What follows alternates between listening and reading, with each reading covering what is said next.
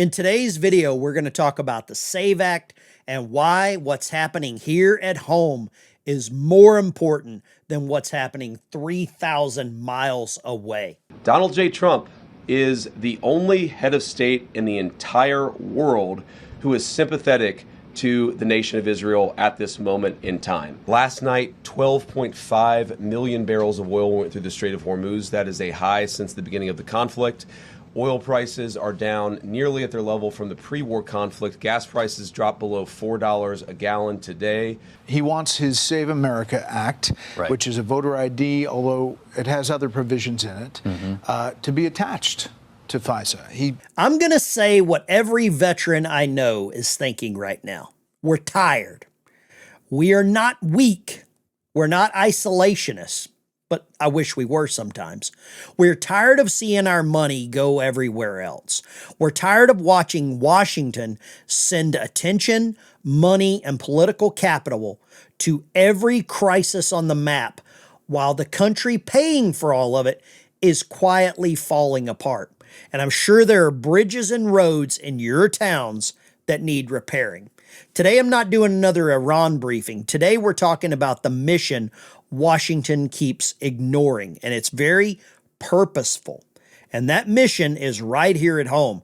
And let's start with the SAVE Act and the paid actors who supposedly represent us. National security. But now the president is putting another stipulation. He wants his Save America Act, which is a voter ID, although it has other provisions in it, to be attached to FISA. He had a Truth Social saying that the few Democrats, his word, are against FISA with or without Bill Pulte going to DNI as acting.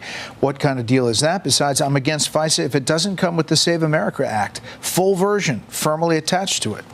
What do you say to the president on that? Well, we've had the vote on the full version twice now. So the full version is 5 components, and it's a photo ID, it's a registration or citizenship in order to register to vote, no biological boys and girls sports. None of that stuff sounds like it should even be a part of voting in America. The boys and girls sports and all this other stuff. I'm more concerned about the SAVE Act. We've got some stuff kind of under control right now in Iran. Hopefully this all works out. The deal works out. The MOU turns into a longer deal. We've put some ownership on the Gulf states. And now it's time to get back to work here at home. And actually, this work should have been done while the president, vice president, secretary of state were handling business in the Middle East. John Thune, this senator from South Dakota, I've called him and left numerous messages, never got a return.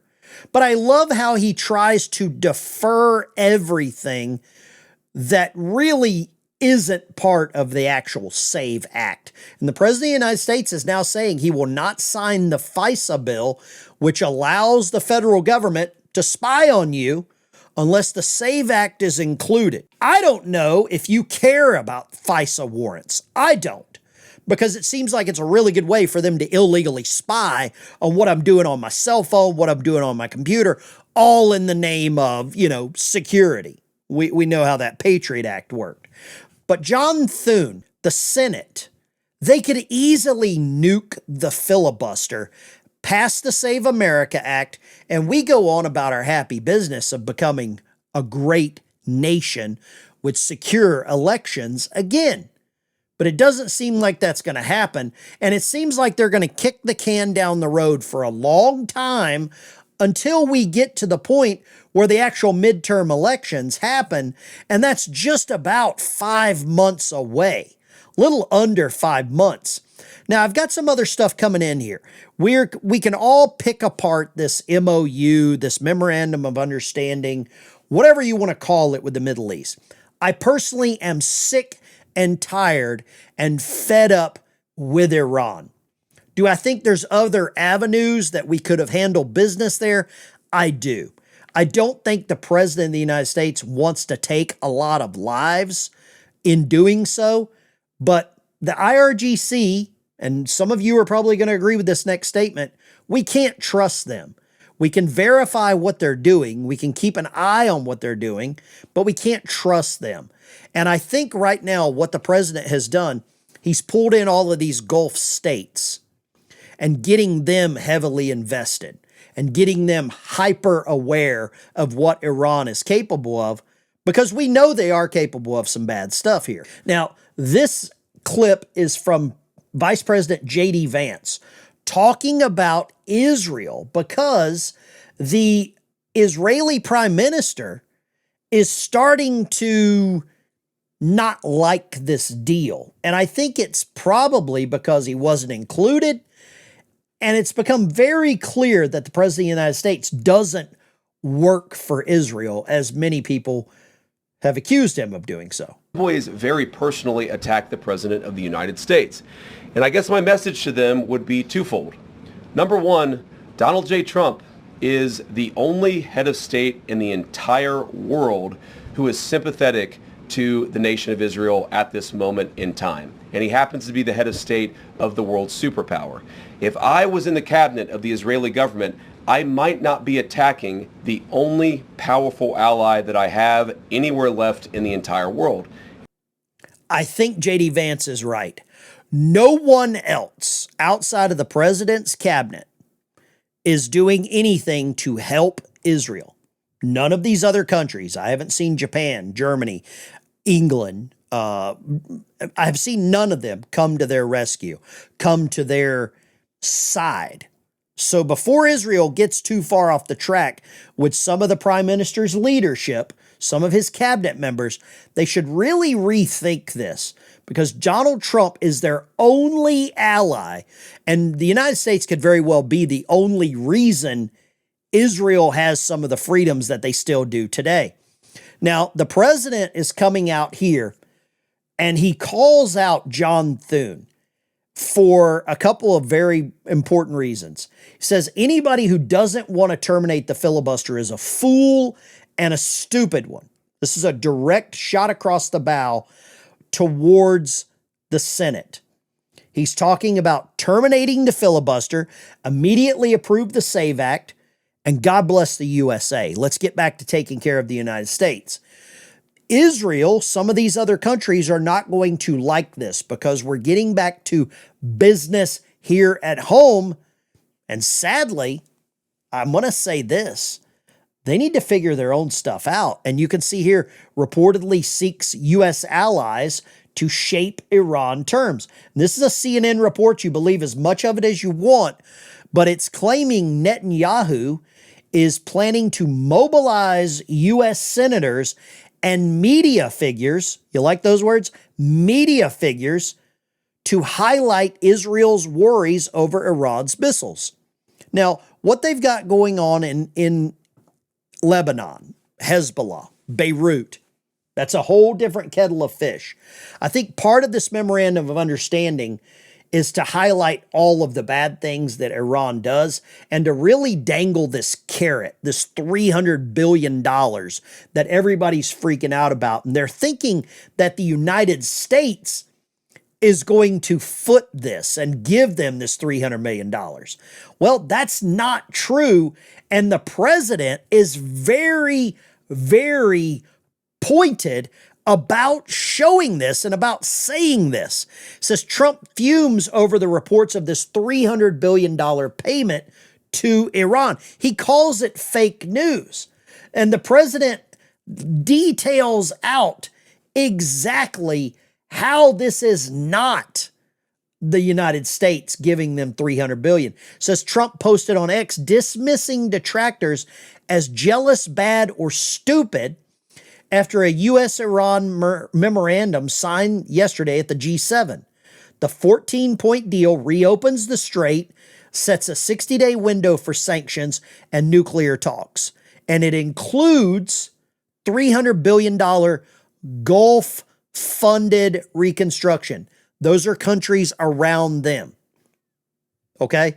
Now, the other big thing that is happening on the heels of this, gas has dropped the lowest for the last 4 months, 3.5, 4 months. So gas prices immediately drop, which is taking care of business back here in America. People that are, betting on this stuff with these oil futures are probably not that happy right now. 3.5 month low, it's down to $74 a barrel, through which 20% of the global oil flows through the Strait of Hormuz. So by getting this deal signed, it's going to relieve some pressure back here at home. We're going to put more pressure on Israel to, I hate to say it, but play nice. And I know what happened in October of 2023. I understand that. JD Vance held the press briefing and pointed out a couple of things here that is gonna make life easier for you. Peace plan in Iran is already bearing real fruits for the American people. Last night, 12.5 million barrels of oil went through the Strait of Hormuz. That is a high since the beginning of the conflict. Oil prices are down nearly at their level from the pre-war conflict. Gas prices dropped below $4 a gallon today for the first time since the conflict. And importantly, they're going to keep falling further given how low oil prices are. So we got oil prices dropping. Iran has magically quit firing missiles at ships. We have opened up the blockade, and we've got more ships moving in and out. Now, there's a couple of losers in this. Number one, the people that want Trump to fail, losing. England, the Bank of England, London, the Lloyd's of London that does all the insuring for these ships. As soon as Iran quits firing at them, the risk and the cost drops for those ships transversing that area. And then the third big loser is the people that are betting oil futures. They have just lost a lot of money if they didn't sell whenever they should have because the price of oil is dropping. Now, I'm not sure where you stand on this whole thing, but I'm ready to get back to fixing America. Ukraine and Russia have been at war for 4 years. Israel and Iran, thousands of years. We get that.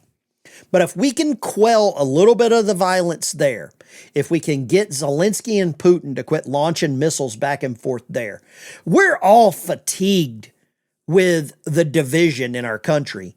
And a lot of what we're being divided by is 2,500 miles away or 3,000 miles away. We've got a lot of business to take care of here, and we need to get it done quickly. There's a lot of senators that are not really doing what we want. There's a lot of congressmen and women that are getting paychecks and not doing what we send them to Washington, D.C. to pay for. The midterm elections are coming up quickly. The Democrat Party doesn't seem like they have a real platform to run on except for Trump bad. They're back to that old game. And I'm not sure about you, but if this deal in Iran even holds slightly over the next couple of months, and you get low gas prices around the midterms, that's going to be bad news for the Democrat Party. It's going to be bad news for a lot of these podcasters that just basically spin hatred, doom, and gloom. There's a lot of good things happening in America. I'm not saying everything's fixed, but we're getting onto the right path. And I'm tired of seeing money go somewhere else when we could use it right here at home. Smash the like and subscribe button. I will see you in the next one.